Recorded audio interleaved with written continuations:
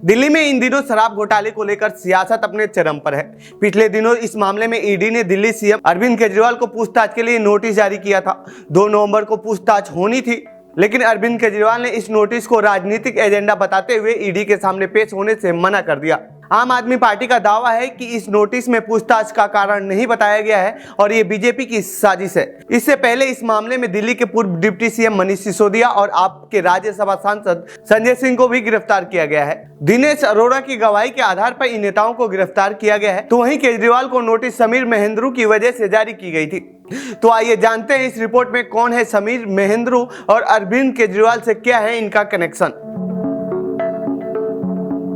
दरअसल शराब घोटाले मामले में 17 अगस्त 2022 को सीबीआई ने केस दर्ज किया था। इसमें मनीष सिसोदिया समेत 3 पूर्व सरकारी अफसर और 2 कंपनियों को आरोपी बनाया गया था। इस घोटाले में चूंकि पैसों की हेराफेरी हुई थी, इसीलिए मनी लॉन्ड्रिंग की जांच के लिए प्रवर्तन निदेशालय यानी ईडी भी इसमें शामिल हो गई। सीबीआई के बाद ईडी ने भी केस दर्ज कर लिया। इस मामले में 26 फरवरी को सीबीआई ने मनीष सिसोदिया से पूछताछ के लिए बुलाया था और पूछताछ के बाद उन्हें गिरफ्तार कर लिया गया। सिसोदिया के बाद 4 अक्टूबर को ईडी ने संजय सिंह को पूछताछ के लिए बुलाया और फिर संजय सिंह को भी गिरफ्तार कर लिया गया। मनीष सिसोदिया और संजय सिंह दोनों ही आम आदमी पार्टी के बड़े नेताओं में से हैं और दोनों ही अब जेल में हैं। ऐसे में केजरीवाल को भी इस बात का डर है कि उनकी गिरफ्तारी भी हो सकती है। शराब घोटाला मामले में इन नेताओं के अलावा दिल्ली के कई शराब कारोबारियों पर भी गिरफ्तारी की तलवार लटक रही है। इस मामले में दिनेश अरोड़ा गिरफ्तार किए जा चुके हैं, जो बाद में सरकारी गवाह बन गए। इसी के बयान के आधार पर संजय सिंह की गिरफ्तारी हुई है। दिनेश अरोड़ा मनीष सिसोदिया का करीबी माना जाता था। आरोप है कि इसने दिल्ली के दूसरे व्यापारी समीर महेंद्रू से 1 करोड़ रुपए शराब के ठेके के लिए लिया था, जिसका इस्तेमाल गोवा पंजाब के चुनाव प्रचार में किया गया। अब समीर महेंद्रू की गवाही के आधार पर केजरीवाल को ईडी ने नोटिस जारी किया है। आरोप है कि केजरीवाल ने समीर से वीडियो कॉल पर बात की थी और शराब घोटाले में दूसरे आरोपी विजय नायर के साथ मिलकर काम करने को कहा था। समीर महेंद्रू देश का जाना माना शराब कारोबारी है। वर्तमान में वह इंडोर स्पिरिट ग्रुप का मैनेजिंग डायरेक्टर है। इस कंपनी को साल 2006 में महेंद्रू ने ही शुरू किया था। कंपनी का हेडक्वार्टर दिल्ली में है। इंडोर स्पिरिट का भारत में शराब और पेय पदार्थों का प्रमुख आयातक और वितरक के रूप में जाना जाता है। यानी समीर महेंद्रू की कंपनी बाहर से शराब लाती है और देश में बेचती है। समीर महेंद्रू ने Indian institute of management Bengaluru से पढ़ाई की है। लिंक्डइन प्रोफाइल के मुताबिक वह 2002-2004 बैच का स्टूडेंट रहा है।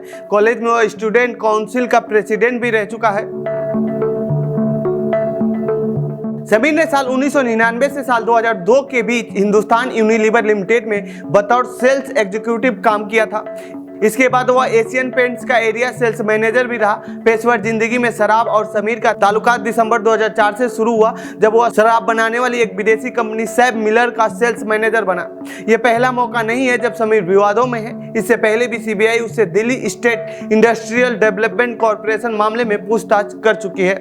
इसकी गवाही के आधार पर सीबीआई ने 2 अधिकारियों को गिरफ्तार भी किया था। जांच के दौरान महेंद्रू ने गवाही दी कि वे उनसे काम के बदले हर महीने महंगी शराब लेते थे। महेंद्रू की गवाही के बाद कोर्ट ने दोनों अधिकारियों को दोषी माना था और उन पर कार्रवाई की थी।